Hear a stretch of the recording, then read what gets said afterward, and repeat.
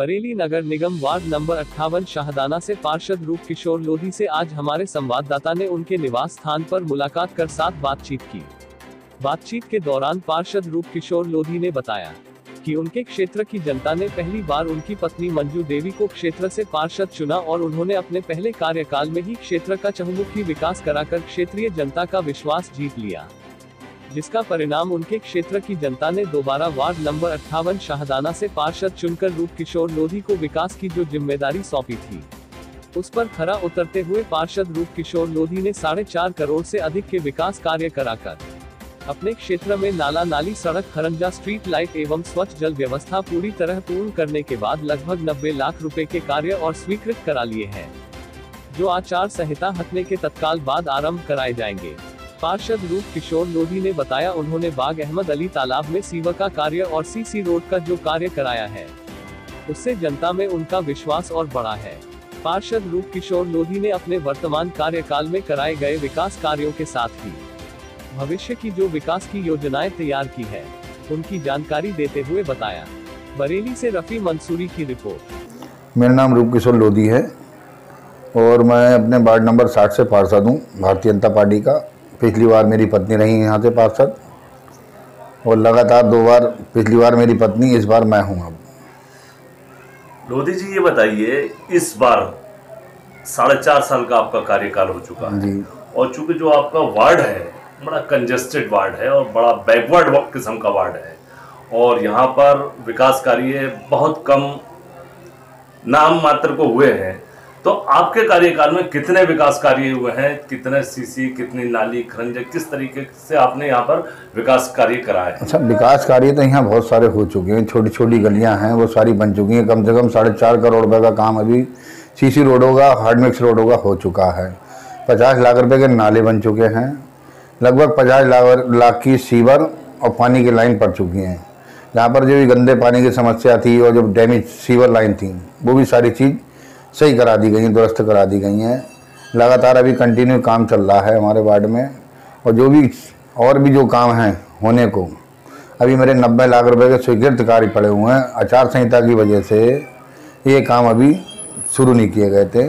आचार संहिता ख़त्म होते ही ये 90 लाख रुपए के और काम शुरू हो जाएंगे, जिसमें सबसे पहले तो प्राथमिकता है हमारी, एक गौशाला बनना है यहाँ पर, उसका भी टेंडर स्वीकृत करा दिया गया है, वो डलाव घर के बराबर में है।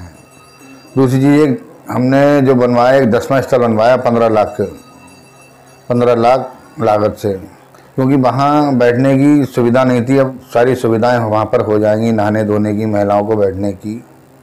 तीसरी चीज़ है कि जो प्राइमरी पाठशाला हमारे यहाँ एक था, उसको भी 9 लाख रुपए से बनवाकर उसका सौंदर्यीकरण और सारा वो तैयार करा दिया गया, जिसमें बच्चों को असुविधा ना हो। लैट्रिन, बाथरूम, पंखे, सारी चीज़ की व्यवस्था हो चुकी है।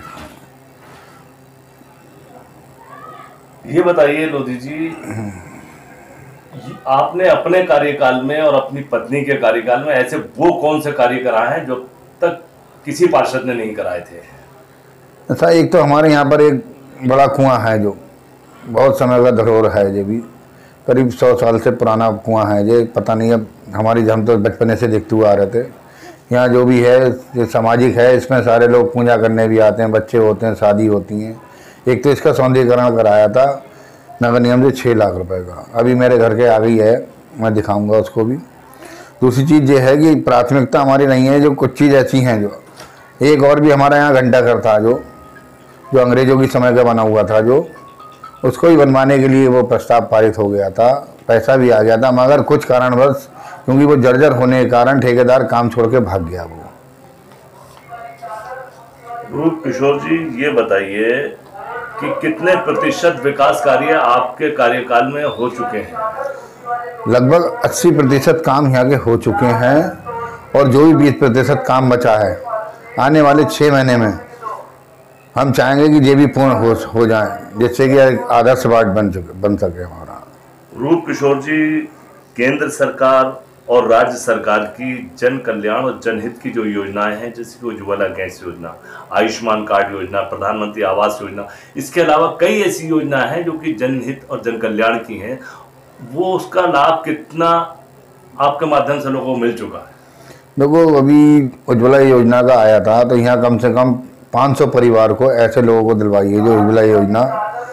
और यहाँ पर आयुष्मान कार्ड का था जो हमारे पहले जो केंद्र से आए थे, कम से कम 500-550 वहाँ से परिवार के लिए 100 जब मुख्यमंत्री द्वारा हमारे योगी आदित्यनाथ द्वारा जी, माननीय मुख्यमंत्री द्वारा जी, जो नए हमारे यहाँ से जो आयुष्मान कार्ड बनाए गए थे जो प्रदेश सरकार की तरफ से, वो 100 कार्ड मैंने फिर अलग से बनवाए थे। यहाँ पर लगभग 650-700 परिवार के ये आयुष्मान कार्ड बनवा चुका हूँ मैं।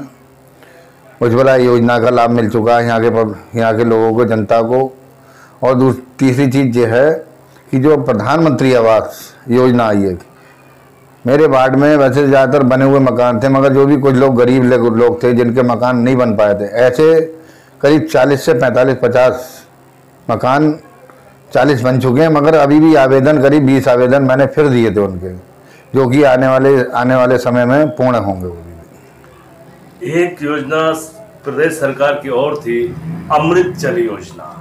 अमृत जल योजना के अंतर्गत जो अभी हमारी जो मौलाना जहां इंटर कॉलेज में टंकी बनाई गई थी, तो उसी टंकी के अंतर्गत जो अमृत योजना के अंतर्गत वार्ड नंबर जो अपने शायद सजाना के अंदर ही अपना सजाना था, कान मैलान है, गंगापुर है, श्यामजगंज है, यहाँ पर उज्ज्वला ये अमृत योजना के अंतर्गत पानी की लाइन डालवाकर मुफ्त कनेक्शन दिए गए उनको। लगभग कितने लोगों को मुफ्त कनेक्शन आपके माध्यम से दिलवाए जा सकते? यहाँ पर तो कम से कम 500-600 लोगों को मुफ्त कनेक्शन मिल चुके हैं, क्योंकि उन्होंने ऐसा जो लाइन डाली, बहुत छोटी लाइन डाली थी 3 इंची। मैंने आगे और इसलिए नहीं जाने दी क्योंकि उसका प्रेशर इतना नहीं आ रहा था। अब भी प्रेशर पानी का नहीं है क्योंकि उसके अंदर पंप अभी तक नहीं लगाया गया, एक और नहीं जोड़ा गया, टंकी भर नहीं पा रही है, उसका पानी नहीं मिल पा रहा लोगों को। सर रूप किशोर जी, ये बताइए, आपने दोनों कार्यकाल में बहुत ज़बरदस्त तरीके से विकास कार्य कराए हैं और सरकार की योजनाओं का लाभ भी सीधा पहुंचाया है। अगले कार्यकाल के लिए आपकी कोई ड्रीम प्रोजेक्ट हैं, ऐसी कोई योजना है जिससे आपने अगले कार्यकाल के लिए तैयार किया है क्षेत्रवासियों के लिए? क्षेत्रवासियों के लिए देखो 2-3 चीज़ों की बहुत ज़रूरत रहती है, पानी की, रोड की, सफाई की। और इन चीज़ों पे ऐसा है, सारे चीज़ पे हमने गहन विचार करा है। जहाँ जहाँ जो समस्या होंगी, जो नाले बंद पड़े हुए हैं उनको खुलवाना, जहाँ से जल भराव होता है उन जल भराव की समस्या का समाधान कराना है। और जहाँ जो विकास कार्य रह गए हैं उनको हमारा एक सराहना पे डला हुआ है। प्राथमिकता इसकी ये है कि हमारी की जो यहाँ से जो शहर के बीच में है ये, और यहाँ गंदगी बहुत ज़्यादा होती है, इसको हटवाने का भी प्रयास हमारा चल रहा है, जिससे कि यहाँ की दुर्गंध खत्म हो गए, लोग बाग बिल्कुल सुरक्षित रह सकें। रूप किशोर जी, एक आखिरी सवाल है आपसे, आपके स्वीकृत कामों में कौन सा ऐसा कार्य है जो कि बड़ा महत्वपूर्ण कार्य था जिसे पूर्व सभासद नहीं करा पाए? एक मैंने ऐसा महत्वपूर्ण काम लगाया जहाँ पर सबसे बड़ी जल भराव की समस्या थी, बाग मदली तालाब। सीवर पूरी डैमेज हो चुकी है, वहाँ की सीवर में नालियों का पानी चल रहा था जिसकी वजह से जल भराव होता है।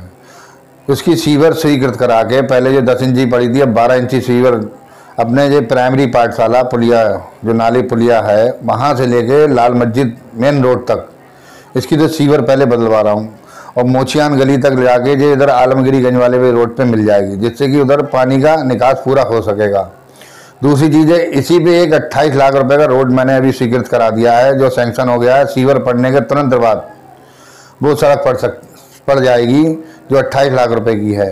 वो भी अपने प्राइमरी पाठशाला से जो सीधे होते हुए असलमपुर पार्षद के वहाँ से मकान से होते हुए जो लाल मस्जिद को निकल गई रोड, मेन बासमंडी वाले पे, वहाँ तक की ये रोड भी स्वीकृत कर दी गई है। और यही मेरा ऐसा ड्रीम प्रोजेक्ट था, क्योंकि यहाँ की पानी की समस्या का निदान करना, क्योंकि पूर्व पार्षद जो वहाँ रहते थे, निवास करते थे, उन्होंने भी ये काम नहीं करा पाए। और अपनी कोशिश से मैं थोड़ा सा प्रयास करके ये काम कराने का काम किया है। इसके साथ ही एक और कार्य कराया मैंने, जो अपने बामिन मियाँ मज़ार है, बहुत समय से ऐसी रोड पड़ी हुई थी।